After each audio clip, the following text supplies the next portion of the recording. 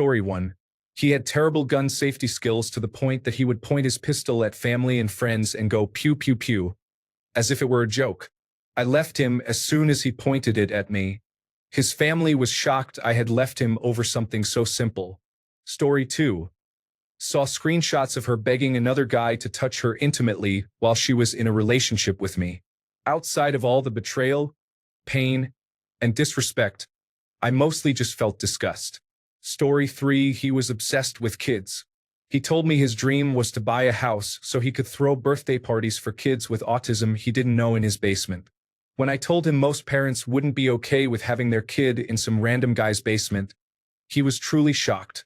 He had pictures of his boss's kids on his phone too. Story 4. We were on vacation in New York and were staying in a hotel which obviously had all white sheets. After laying down for a while, he got up to go smoke, and when I turned over, I saw green streaks on the bed from where he had been laying down. Literal green streaks on the bed. I almost threw up. Story 5. When discussing divorce, my significant other wistfully said, "I'm still young. I could implied sleep around with other women."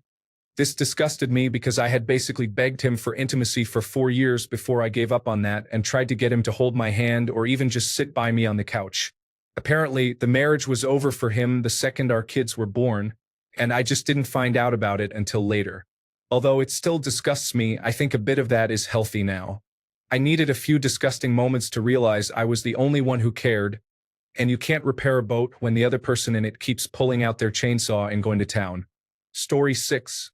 The sounds and visuals of him eating and drinking, smacking his food, mouth agape, bits on his lips and chin, gulping liquids, spittle, spilling.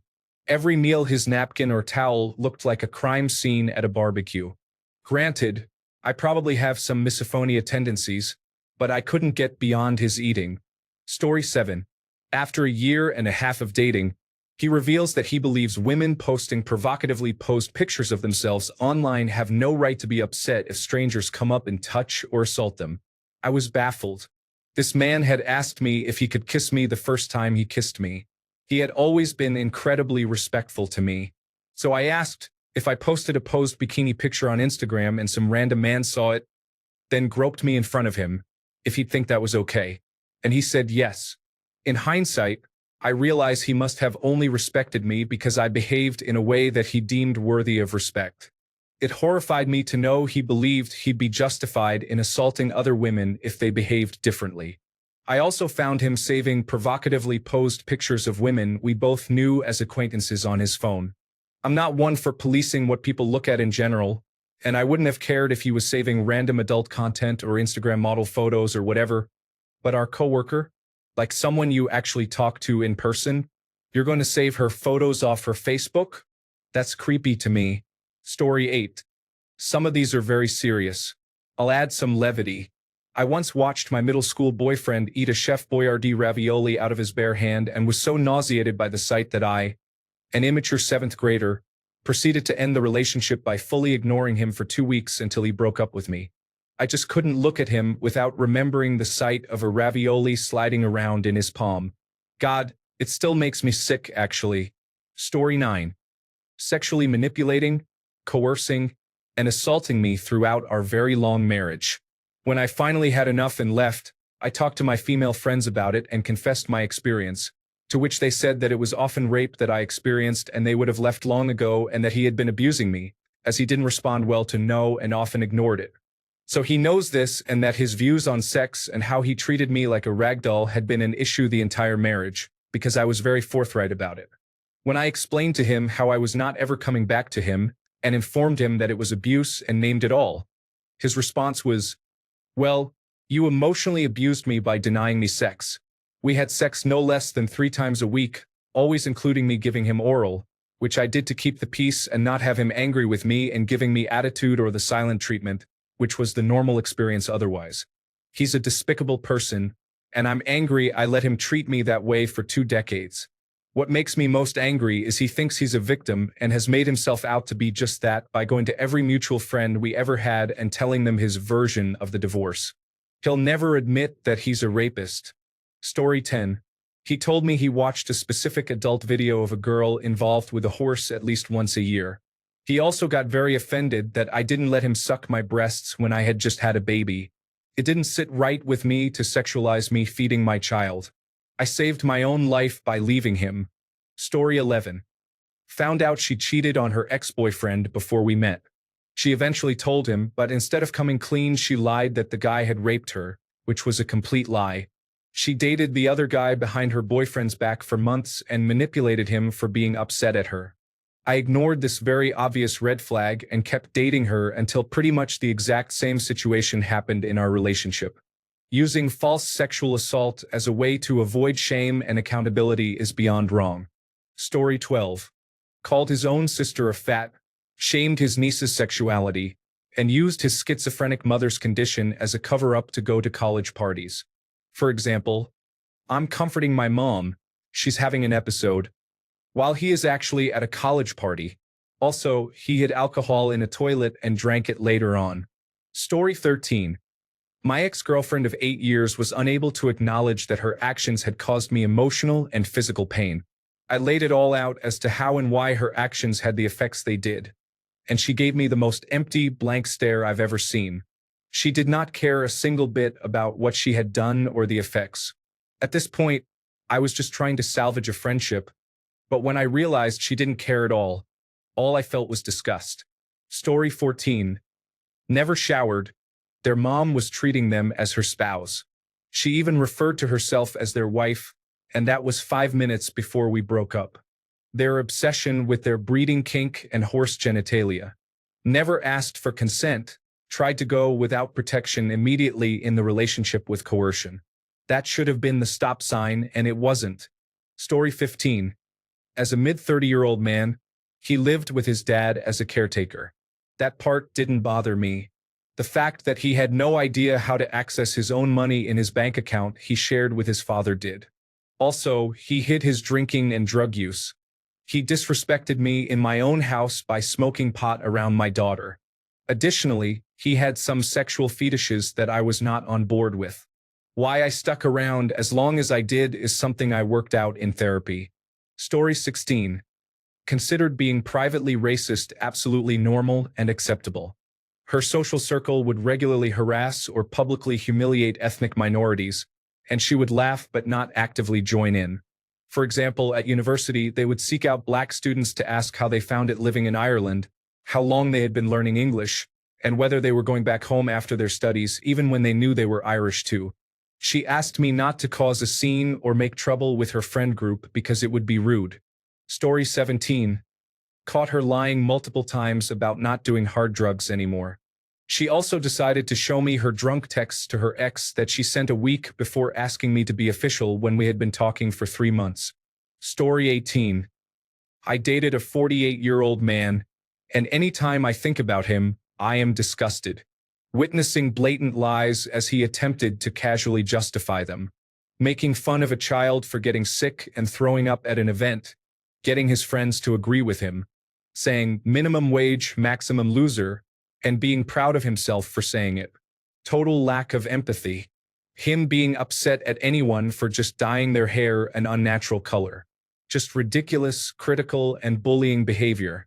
He also hit his steering wheel when he got mad at me for crying when he said something that hurt my feelings and made it my fault all of a sudden. It was just awful, and he is a disgusting human being. I can't believe I stayed with him for a year. Not to mention he mentioned still being in love with his friend who was married with kids. They both supposedly still love each other, and being married twice, and the second one he still says, "We'll see each other in our dreams," before bed. He spent hours arguing with me and belittling me about the dumbest things in the world that would have been easier to just answer simply. But instead, he became condescending and treated me like I had no common sense. Oh, and he wanted to kill his parents but didn't because he knew he would end up in prison. You are who you hang around, right? His childhood best friend is in prison for killing his own girlfriend. Never again will I allow myself to be treated like that. Second class, a second best, and like a trophy that he could tarnish and expect to shine and show off to his friends. Absolutely appalling and despicable human being. He was the worst man I had ever dated in my life. What won me over in the beginning? Because I did not like him for 2 years. humor, charm, kindness initially, and always being eager to talk to me once I was single. He was a leech and he grew on me and sucked the lifeblood out of me at the time. Always look for the red flags like controlling behavior. It was there all along. He also isolated me away from everyone and into his friend group only. I was terrified for my life when I decided to say yes to moving in together. I am so glad I did not do it. Story 19. I found water bottles full of pee in his closet, and he just laughed at it when I confronted him. It was because he was playing video games and didn't want to leave the room. Story 20. He had this 64-ounce plastic bucket-like mug from Quick Trip or some other quick-service gas station. He would fill it up with Dr. Pepper multiple times a day, and that was the only liquid he would consume. I was disgusted because that cup and its contents represented everything opposite about the life and health I envisioned for my future. It was the placement of that full bucket of soda on my coffee table that prompted the breakup. Story 21. Perhaps disgusted needs to be handled with the same gloves as jealousy, where the person first goes inward and checks if they are projecting things like unexpressed expectations and insecurities, that sort of thing. Story 22. He started exploring a new fetish that involved strangling his testicles with a rubber band. I'm not one to kink shame, but I found the sight of it absolutely disgusting. Eventually, he couldn't climax without it. That, among other things, left me feeling only disgust for him. Flushed 8 years down the drain and never looked back. Story 23. Obsessive. Was in love within a week. Constantly wanted to do grand gestures of love or sweet whispered statements that gave me serial killer shivers. Cried when we didn't have sex. Threatened suicide when I tried to end it after a few weeks. I feel like I need a shower when I think about it. Story 24. Ugh. Current new partner. I need to break up with him. He sweats like absolute crazy, to the point where we're just kissing and he's dripping on me like I'm in the shower. He's a big dude, and his skin gets slick with sweat in a way I simply haven't seen other men sweat. The second time I went to his place, his dining room table was covered in stuff. Half a spread game of magic cards, dirty plates with crumbs, dice, and assorted boxes of just random crap. I am not an overly clean person myself, so I tried to tell myself I didn't care, but the more I pay attention to his living space, the more it seriously disgusts me. Please take care of yourself and your space before inviting someone into your life. He's a sweet guy, does the gentleman things, but his lack of self-care for his life is such a massive turnoff. Like dating a teenage man. Sigh. Story 25. He asked me if I liked the licking he gave me the day after he finally performed oral sex on me. Gross? No. He literally just licked one lick at a time in weird places. He was nearing 50. He should have known how to do it by then. This is the same guy who told me he didn't think nice girls should give oral sex. I broke up with him after that comment. Story 26. He berated me because I said that I missed him. A couple of days later, my mom passed, and he ghosted me the day after she passed away. I have never been more disgusted and filled with such anger and major dislike towards someone. Whenever I think of him, I feel such anger and disgust. I hope he burns in hell. Story 27. From a long time ago, we walked into her bedroom for the first time, and it looked like a garbage dump. I'm not exaggerating when I say you couldn't even see the floor. What was even more astounding was her ability to act like this was totally normal. I swear to God it was like a recreation of that one episode from Friends. Story 28. Dated a woman, a nurse, and she would tell me about how her 16-year-old son's friend wants to be with her, and how she is the cool, attractive mom. She told me about one time when he jumped through the front driver door and grabbed her chest. She seemed to really be into it, so I left. Story 29. He had a giant jug of urine sitting on the windowsill next to his bed.